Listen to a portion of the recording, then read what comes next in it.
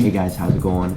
Carter with Jenko, and today we're going to be talking about the Bait Buffet SJ Jig. So this year I fished a lot of river systems. I fished all the way down Pool 19 on the Mississippi River all the way up to Pool 7. I was in dirty water situations a lot, and for you river fishermen, you know the Swim Jig is a very big deal, especially one with a heavy wire hook. And this year I put a lot of time in, caught a lot of fish on this jig right here. So this is the Bait Buffet SJ Jig. It comes in 5 different colors and 2 different sizes. You got a 1/4 ounce and a 3/8 ounce. Right here I got 3 of my favorite colors. These are probably 2 of the ones I use the most.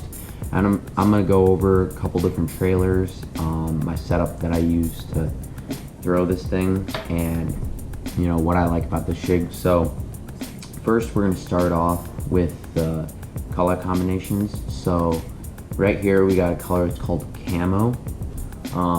I've been using the SJ Jig for 2 or 3 years now probably, and they have the version 1 and the version 2. The version 1 was a hand-tied skirt, and now they've gone to the 2.0 with a rubber band as a skirt, and it holds up really well.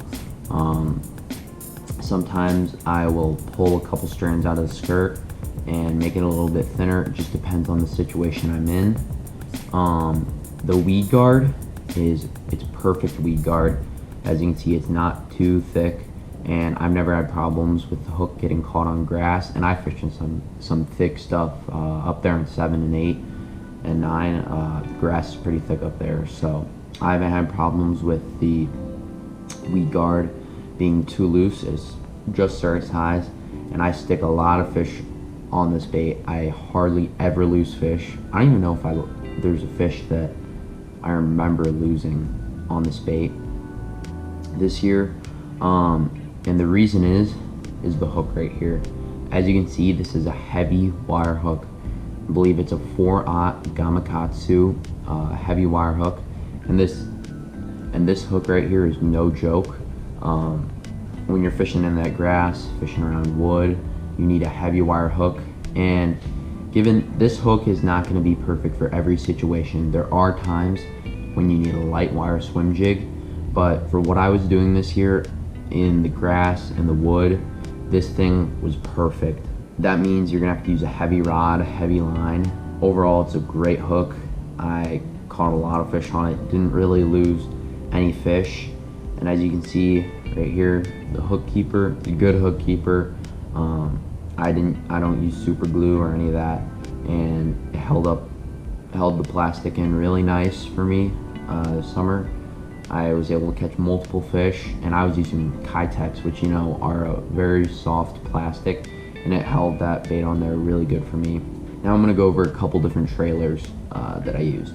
So I fished in the back of the boat pretty much this whole year, and a big thing for co-anglers is having a bait that you can do multiple things with, and a swim jig is a very good example of that. When you're fishing around grass, your boater could be fishing down a grass mat.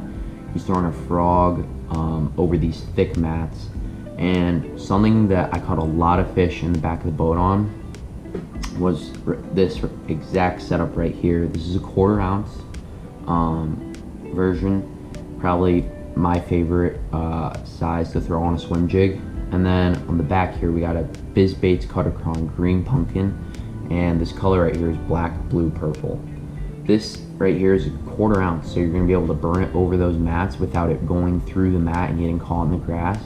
And you can twitch it over the mats and work it pretty slow without having that bait fall through the mat. It really depends on the type of grass you're fishing. I was fishing it was pretty much the cheese. I don't know exactly what it was called. And then what you can also do with this, when you're open water, if you're fishing eelgrass, you creep this bait through the eelgrass, and I almost always have to use a 1/4 ounce for this. I hardly ever picked up a 3/8 or a half this year, and you just creep it through that eelgrass and pop it out. And you need to have a heavy rod, and when you pop it out of that eelgrass, you see them come up and they freaking smash it. You know, this cutter craw, it's a very similar action when you're burning it on the top of the surface. It's a very similar action to a rivet toad. The reason that I use the SJ jig over any other jig when I'm fishing this type of cover is because of that hook. You know, I can be fishing in these thick mats, and I will keep that fish pinned and be able to bring it all the way back to the boat and land it. Because you can have a jig that gets bit, but if you can't get them in the boat with that thing, then you might as well throw them in the trash. The cutter craw is not the only trailer I use. Another thing I like to do with this 1/4 ounce jig is just creep it on the bottom. When you have cold fronts and you are fishing for grass fish, those fish are going to become very inactive.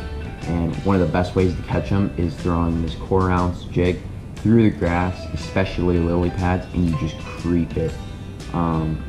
That's how I caught a lot of my fish this year, and it's a good way to catch those less aggressive fish when you're fishing from the back of the boat.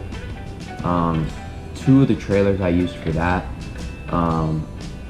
over here I used a little Kitech. As you can see, has a very small tail, and that's going to give it a lot less action, but that's what you want when those fish are inactive.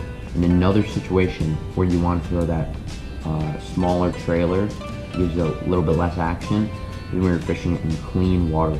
So another color that Bait Buffet makes is this. I believe this color right here is called Baby Gill, but I could be wrong. As you can see, it is a very unique looking color, and picture of a bluegill right up here compared to this jig.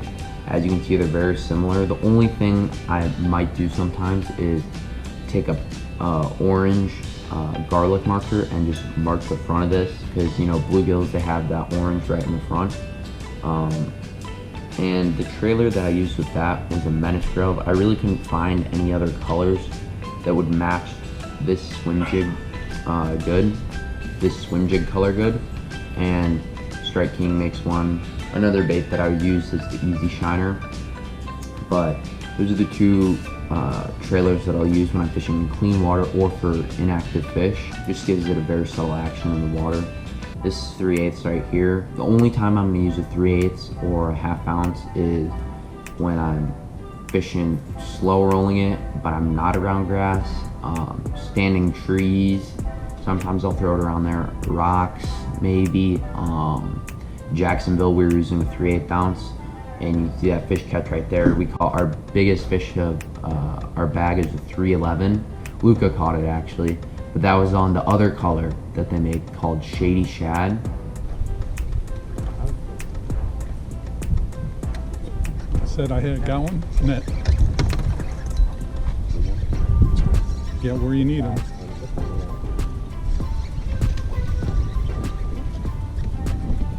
Oh, it's a giant. Just keep them coming, be steady.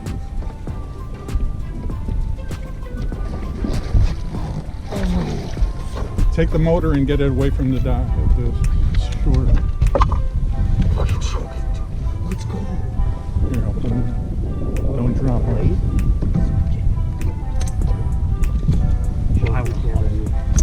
Wait. Okay. SJ Jig. Here. And he was just creeping it along those rocks. And a lot of guys, you know, they don't throw a swim jig around rocks.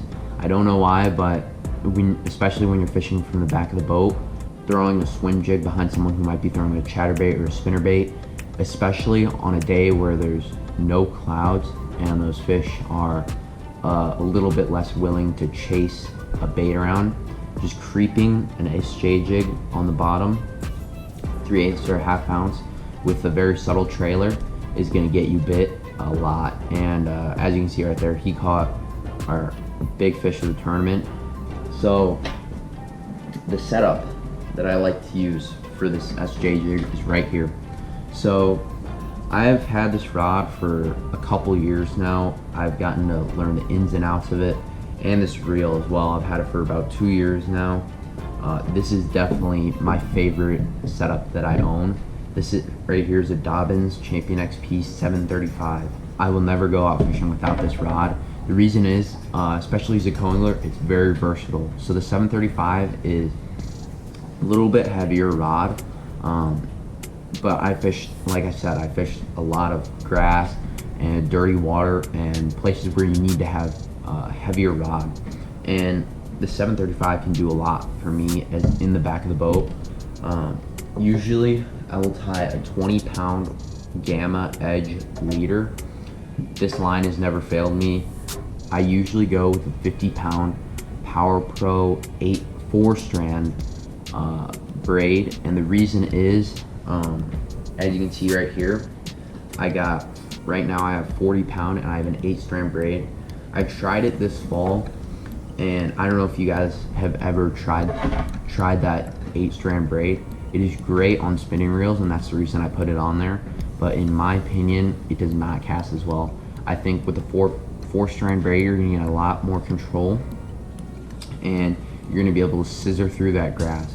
So if you guys are punching or you're fishing in grass and that fish takes it under the surface and you need to hit that fish hard, that 4-strand braid is rougher than an 8-strand, and it's gonna cut through the grass. It's gonna help you connect with your fish a lot sooner than you would with 8-strand.